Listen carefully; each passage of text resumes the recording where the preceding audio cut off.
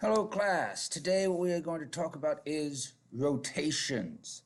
And rotations, this is another transformation. We have three: translations, which is a slide; reflections, which is a flip; and what we're going to talk about today is a rotation, or a turn. So a rotation is a transformation in which a figure is turned about a fixed point, which we call the center of rotation. And one way we can do this is we draw rays from the center of rotation to a point and its image, and that will form the angle of rotation. So for example, on this one here, we see from this little flag there, flag QR or whatever we would call it, the angle of rotation is 40 degrees. It's 40 degrees rotated around the center P to Q prime. It is also 40 degrees rotating from R to R prime. It's also a 40-degree rotation. And it's also a 40-degree rotation to rotate this little corner of the flag looking thing there. All right. Now, a couple of things are always going to be true about this. Number one, the segment, the length of QP is the length of Q prime P. All right? It is the same distance. Nothing gets moved farther away from the center of rotation. It all stays the same distance away. And it doesn't matter where you're moving it from, the angle of rotation is going to be the same. So this point right here is 40 degrees to that point. And the other thing, if your rotating point Q and Q happens to be on the center of rotation and you spin it, it doesn't move, right? Just like with your bicycle tires, if you spin your bicycle tire, the hub right there in the middle doesn't move. It still stays at the same point, that little nut there in the middle that's holding it on. Now, rotations can go clockwise, they can go counterclockwise. However, for geometry purposes and for just about everything with math, in trigonometry when you get all into those, always assume that the rotation is counterclockwise unless it is otherwise stated. So if it just says you're going to rotate 27 degrees, that is a counterclockwise rotation. Okay. The only time we go clockwise is if it specifically says you're going to rotate 53 degrees clockwise. Whatever. Otherwise, always a counterclockwise rotation. And that helps us out because then we can say rules for rotations. Okay. So these are some coordinate rules for rotations. Remember in the last video we had some coordinate rules for reflections. Here we have some rules for rotations. Okay. Note, these all assume that we are rotating counterclockwise. All right. So we're starting here and we're going up and around like this. So here we go. For a 90-degree rotation, we're rotating point AB 90 degrees and it ends up over here at negative BA. So to go 90 degrees, the two coordinates switch locations, right? X becomes Y, Y becomes X, and then the one that ends up in the front gets the sign flipped. All right? For a 180-degree rotation, all around us this way, we end up with negative A, negative B. If you look at it, this is just a 90-degree rotation from here. So they switch positions again. A comes to the front, changes sign, and whatever's in the front here goes to the back. So there it is. For a 270-degree rotation, we're going to take this one. We're going to do the 90-degree rotation again. So the one in the back moves to the front and changes sign. So negative B moves to the front, becomes positive B. And the one in the front moves to the back. Or we can just go here from A, B, spins all the way around, and we end up with B, negative A. And then, of course, there's a 360-degree rotation. We're just going to put you right back where you start. All right? Because the one in the back moves to the front and changes signs, and the one in the front moves to the back. So there it is. We do have a postulate, nice and simple here. Same thing as the translation postulate and the reflection postulate. A rotation is a rigid motion, which means it is not changing shape. It is not changing size. If I sit here and I spin my chair around, it doesn't make me bigger. It doesn't make me skinnier. I'm still just as fat as I started. Right? So, all right. And then we do have rotational symmetry. Just like we have reflectional symmetry was, this side of me is the same as that side of me. That's reflection. Right? Lines of symmetry. This is rotational symmetry. So if you take something and you spin it around, it's still the same thing. All right, so we don't have a line of symmetry on this. Instead, what we have with rotational symmetry is a center of symmetry, or a point of symmetry. What we have here on this parallelogram, I could take this and I could spin it, and it now looks exactly the same as it did before, right? So that is a center of rotation. This is rotational symmetry. That's the center. All right. Now, the trapezoid here, if I take that and I spin it, it's not going to look the same until we get all the way back to where we started. So this does not have rotational symmetry. In order for something to have rotational symmetry, you have to be able to spin it 180 degrees or less. All right? Because if you got to spin it more than that, you got to spin it all the way on to the beginning, and you're in the same place you started, it's the same thing. Right? So it's not really rotational symmetry. But if it's less than 180 degrees or less, from here to there, that's 180 degrees. And now it's upside down, but it looks exactly the same. All right. Okay, so let's open this up and let's do some examples. Example 1. We want to draw a 120-degree rotation of triangle ABC about point P. Well, as we said, that's kind of how this works. From point P, we're going to have that angle of rotation, right?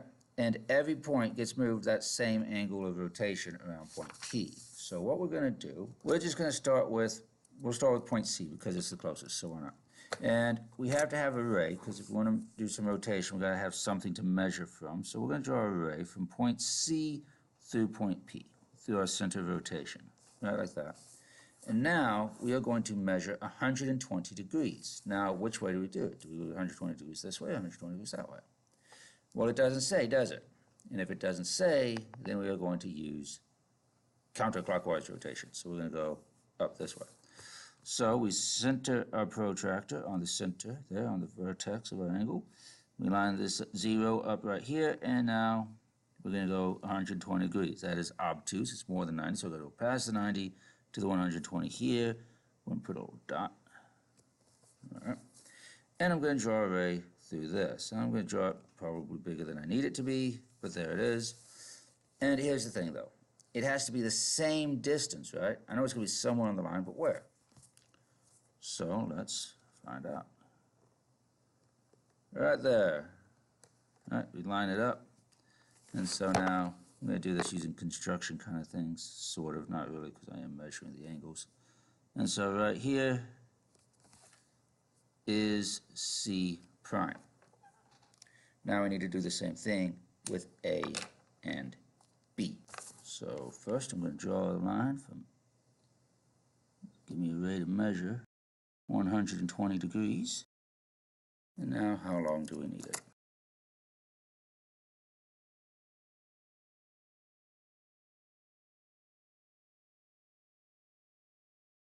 And there we have it, triangle A prime, B prime, C prime.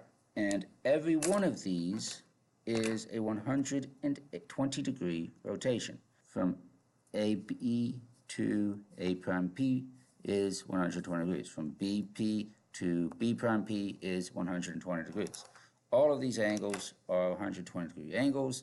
We've measured to make sure all of the distances are the same, and so this is going to be congruent to that. Just rotate it. And that's how that works. All right, let's see here. In exercise 1-2, graph the image of the polygon after rotation the given number of degrees about the origin. Notice again, it does not say which direction, and therefore we're going counterclockwise. Now, what I have done here, I'm going to go ahead and write down the coordinates of the original, and then we are going to rotate this and use the rules. So I want 180 degrees, right?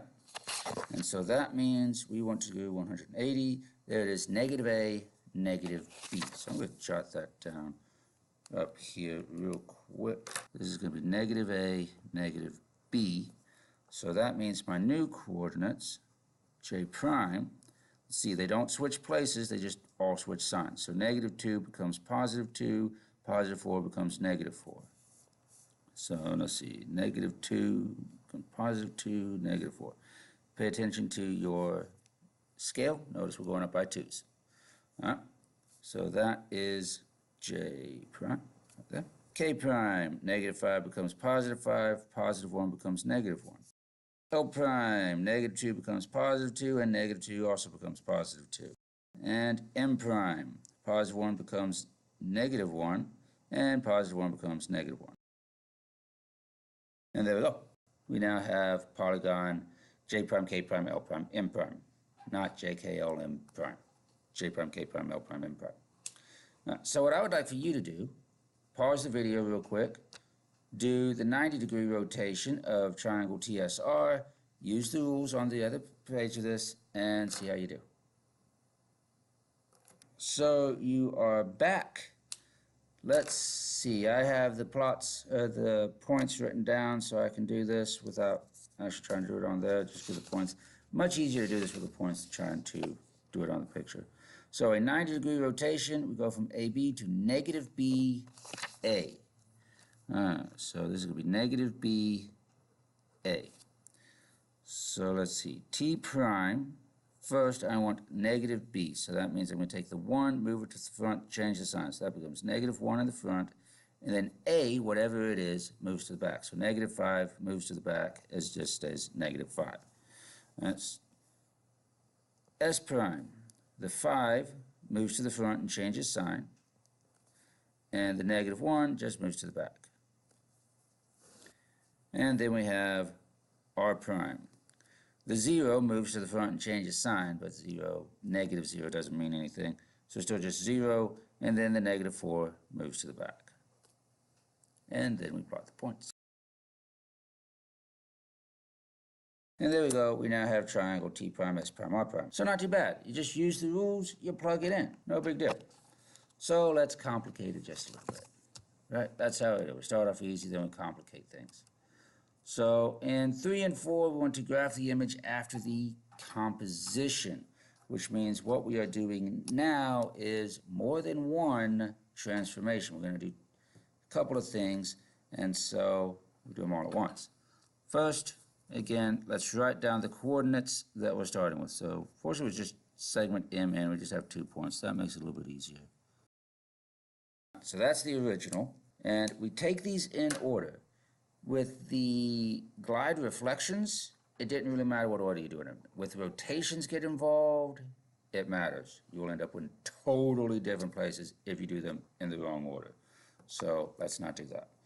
Do them in the order that they are listed. So the reflection is listed first. That's what we're going to do first. So first thing we're going to do is your reflection over the x-axis. We're going to take it and we're going to flip it over the x-axis here.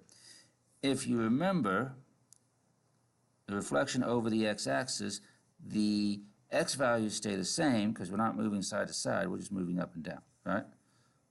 So my x value is going to stay the same, my y values just change signs. So my positive 4 is going to become a negative 4, and on n, again the x stays the same, and my negative 1 becomes a positive 1.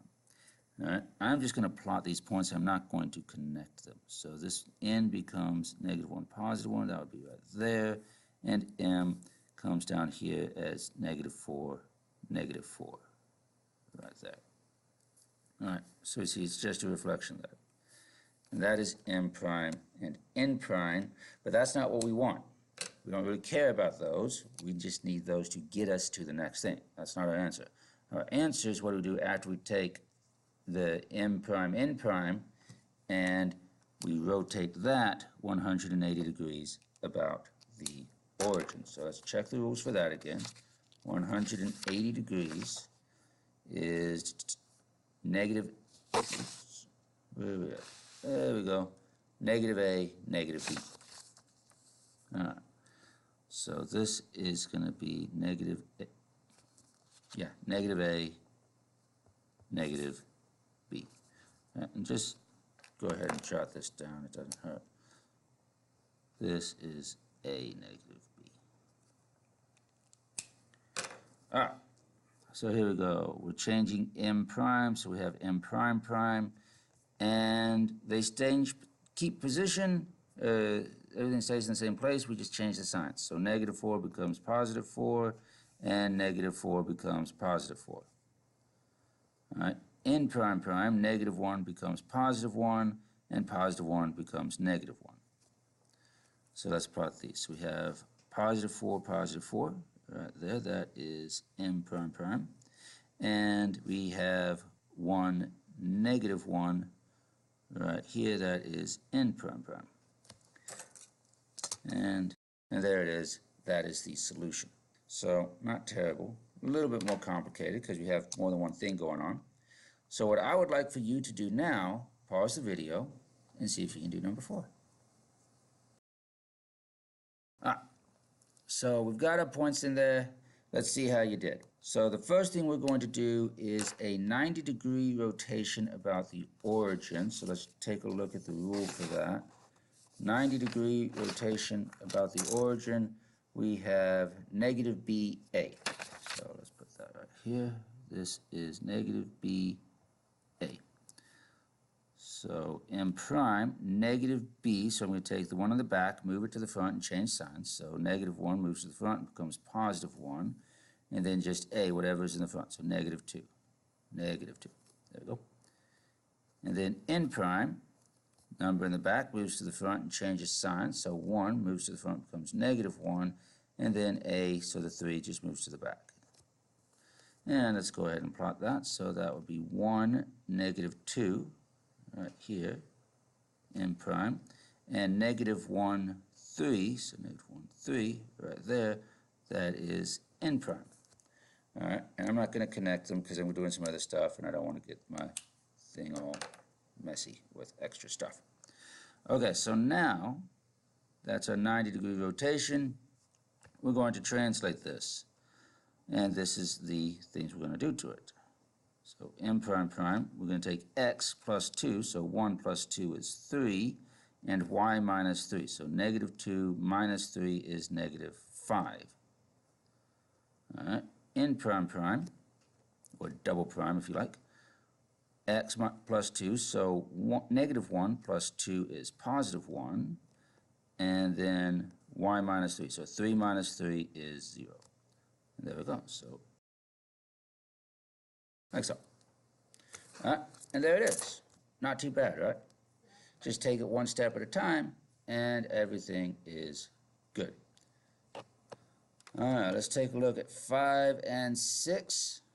5 and 6 getting a little bit more complicated, not a lot. Mostly just because with 5 and 6, instead of transforming a segment, we are going to transform a triangle. So we have 3 points instead of 2 points. Not a big deal. Let's take a look. We already have the original points, and they've already plotted that for us, so I'm just going to put those down right here. So let's take a look. On number 5, first thing we are going to do is a rotation 180 degrees about the origin. We had one of those just right there. That's negative A, negative B. So I'm going to put that right here. That is negative A, negative B. So let's do this. J prime is going to be, they just change signs, right? So 2 becomes negative 2, 3 becomes negative 3. K prime, 1 becomes negative 1, negative 1 becomes positive 1. And L prime, negative 1 becomes positive 1, and 0 becomes negative 0. Still just 0. And I don't have any room, so I'll do these underneath. Let's see. Reflection across the line, y equals negative 1. Okay, so this one might be a little bit easier to plot instead of using the rules for. So let's go ahead and plot this so we can see what we're moving. Okay, so let's draw in our line of reflection real quickly. That is y equals negative 1. Y equals negative 1, so that'll be right here. And if we remember, a reflection, we want the same distance from the image to the line of reflection as we had from the pre-image to the line of reflection, right? So let's take a look at this. J is 2 units below the line of reflection, so we want it to end up 2 units above the line of reflection. So that puts J right here. This is J prime prime. All right? And we are going to do this for the other 2 points as well. So let's see here. K prime is 1, 2 units above the line of reflection, so it's going to end up 1, 2 units below the line of reflection. L is 1 unit above the line of reflection, so L prime prime is 1 unit below the line of reflection. 2 primes, 2 tick marks. There we go. So now let's connect our dots here and write down our coordinates. And there we go. There's our answer, is this right here. So again, not terrible. You gotta take it step by step by step. Go in the order that it gives you. So again, pause the video and work out number 6. Alright, so let's see how you did here. First thing it has us doing is the translation. So we're just going to move it over. And so let's put those down here. So J prime, we're going to take x and then x minus 3. So 2 is x. 2 minus 3 would be negative 1. And then y is also going to be y minus 3. So 3 minus 3 is 0. And now we do the same thing for points K and L, and then plot the points. Okay, so now let's take a look at this rotation. We have a rotation 270 degrees about the origin. I don't think we had one of those yet. Let's take a look at the rules on this. 270 is going to go to B negative A. All right, so I'm going to go ahead and write that down here. That would be B negative A. So, let's see, I don't really have a whole lot of room there, so we'll do it here. J prime prime, B moves to the front, so 0 moves to the front, and then negative A. So then when the front moves to the back and changes sign. So negative 1 goes to the back, becomes positive 1. And then we repeat that process for K and L, and we plot our points. And now we have triangle J prime prime, K prime prime, L prime prime. All right. Yeah, and that's it. That is the answer right here, just this final one. All right. Okay. Last thing we're going to do is a lot easier. We want to determine rotational symmetry, if it has any. And if it does have rotational symmetry, we need to describe what rotations that would be in order to map it back onto itself. So this first one, we have a regular pentagon. Could I take this? Is there any point here that I could spin it and it looks exactly the way it did before? Well, if I take this in the middle and I spin it, it looks exactly the way it did before. Here it is pointing up with the other boys there, and it looks the same thing, doesn't it?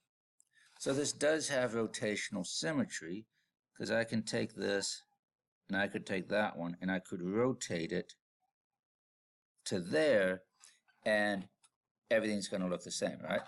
So yes, it does. But we need to describe the rotation. So how many degrees would this be? Well, if I spin 360, that's the first circle, right? 360 degrees. How many different places are there that I can rotate it? Well, I could rotate it here, right? I could rotate it here. There's one. I could rotate it like that. And I could rotate it like that. So I have 5 different places that this could be rotated to, and it looks exactly the same. Now, all of these are the same degree rotation, right? Because it's symmetrical. So if the whole thing is 360, and there are 5 different places I can put it, I'm going to do 360 divided by 5, which is 72 degrees. But 72 degrees would just give me to this one, right? I could also rotate it here, which would be another 72 degrees. So 72 plus 72 is 144 degrees. Or I could do another 72 degrees, and that would be 72 and 4 is 6, and that would be 216 degrees. Or I could do another 72 degrees, and that would be 8 and 288 degrees. Or I could do another 70, but that would be 360, right? And 360 puts me back where it is, and it's going to have to be less than that. So these are the different rotations that will put it to where it looks exactly the same. Maps everything right back onto itself. All right. Okay, so let's take a look at 8. Does 8 have rotational symmetry? Is there anywhere that I could spin this and it looks exactly the same as it did? It looks exactly the same as it did to start with. And the answer is no. There is nowhere on here where I can rotate it and it'll look exactly the same unless I just spin it all the way, 360 degrees, and now it's where it is, but that's right where I started. So this one has no rotational symmetry. All right, and that is that. Take these all step by step, especially these compositions, all right, what's composite transformations. Take them step by step by step. Most of these you'll be fine just using the coordinates, but sometimes you want to graph them and then do the transformations. All right? And don't forget your rules here. That'll help you. Use these right there. And hopefully you found that useful, and I will see you in the next video.